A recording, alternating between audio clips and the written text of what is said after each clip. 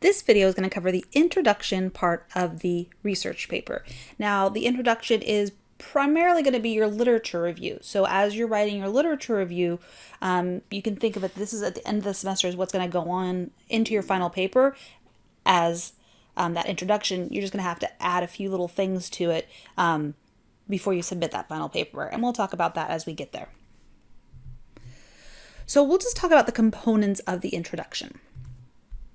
So overall, you're going to have a general introduction to the topic of the paper, and you're going to be doing this very soon. So the idea is, kind of rip off that Band-Aid, start writing, and just introduce the topic. So you'll want to give some of those basic vocabulary words that you think your reader might need to be told about, like if you're doing memory. Maybe you're looking at a specific type of memory, or if you're doing music, maybe explain the difference between tempo or genres of music or something that you're going to be looking at. If you're doing emotion, maybe you could talk about some of the different assessments that are used or something, in that nature. So you want to introduce some of the language that you're going to be using throughout your paper. In addition, in that introduction, you want to kind of lay out the format of your paper. How are you going to present? So you should have an idea of how you're going to organize that. And maybe you'll need to come back and rework that as you finalize the rest of your paper. But you kind of want to lay out that, yes, I'm going to talk about tempo and how that affects memory. And then I'm going to talk about genre of music and how that affects memory. And then I'm going to talk about decibels of music and how that affects memory. Something like that. So some way that, you tell your reader how you're going to be organizing that introduction.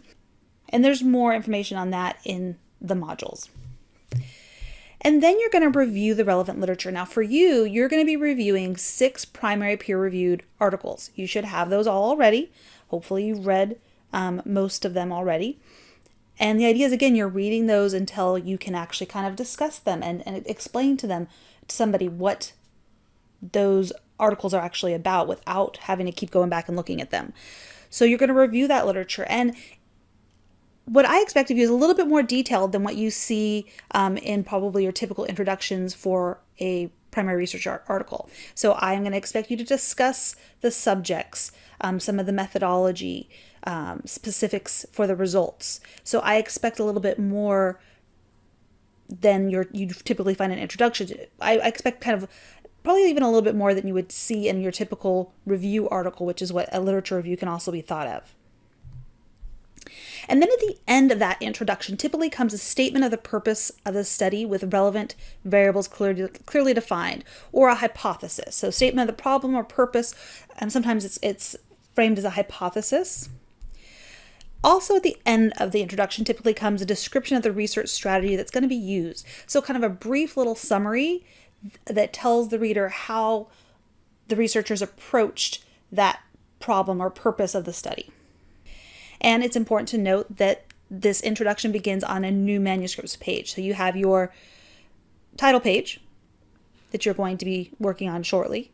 You have your abstract, which we'll do at the end of the semester, so we don't have to worry about that page. And then the next new page is our introduction. And you don't use the word introduction. You use the title of the paper and then start writing that introduction to the general topic of the paper, and then you'll have a subheading introducing that here's now where I'm going to start my review of the relevant literature. So basically, the first half of the semester, we're working on this. That's the big assignment for this first half of the semester, is writing that literature review, your general introduction to the topic, and a review of the relevant literature. We'll come back after you design your experiment, and at the end of the semester, you'll add these components in for your final research paper.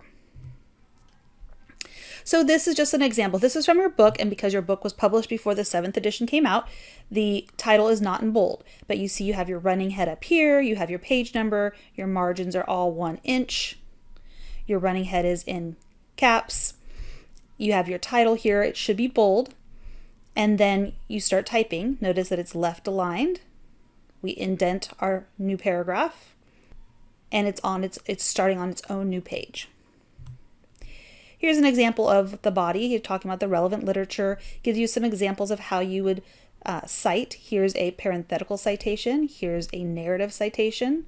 Of course, now in the 7th edition, we wouldn't put 4 authors in. We would put this Kuchbers, I don't know how you say it, sorry, et al., right? And down here's another example. That's what the et al. Looks like. Here we have the comma after it. Here, because we're going into parentheses, we don't necessarily need that comma. And then headings. So headings are important. So these again have changed slightly from the 6th edition. So if you thought you knew the headings, I always still have to refer because I haven't, when I was doing my writing, I was like in the 4th or 5th edition. So I still kind of refer to some of these, but your first level heading is going to be your introduction, your methods, your results, your discussion, and your references. Those are all first level headings. And then your text begins as a new paragraph that's indented. Your second level headings are going to be left aligned. There's still boldface, uppercase, and lowercase headings where the main words are capitalized, basically. Text also begins as a new paragraph. So I'm going to hold you responsible for having at least 2 second level headings in your literature review. So use those second level headings to organize your paper. So maybe you're doing a paper on emotion and memory. And so you have some papers that show that emotion induced by images has one type of effect, and maybe emotion induced by videos has a different type of effect. So you could use those as a way to organize your paper and somehow have different subheadings for each one of those. And that would be a level 2 subheading. Feel free if you want to do a level 3 subheading, that's fine as well. The example that I have for you shows a level 1 and 2 subheadings. It had some level 3 and 4, and I took those out just to simplify things. And you'll also, and the reason I'm having you do this in your literature review is in your method section, you'll also have these subheadings, these second level subheadings. And then seriation. So you can use numbered lists even in the literature review, probably more applicable for a method section or a results section, but there are rules. And so I'm not going to go through it right now. If you end up needing that, you can review the rules here, or you can refer to the APA manual to see what those rules are. There's just different ways of making sure that if you use numbered lists in your writing, the proper way to do that in APA formatting.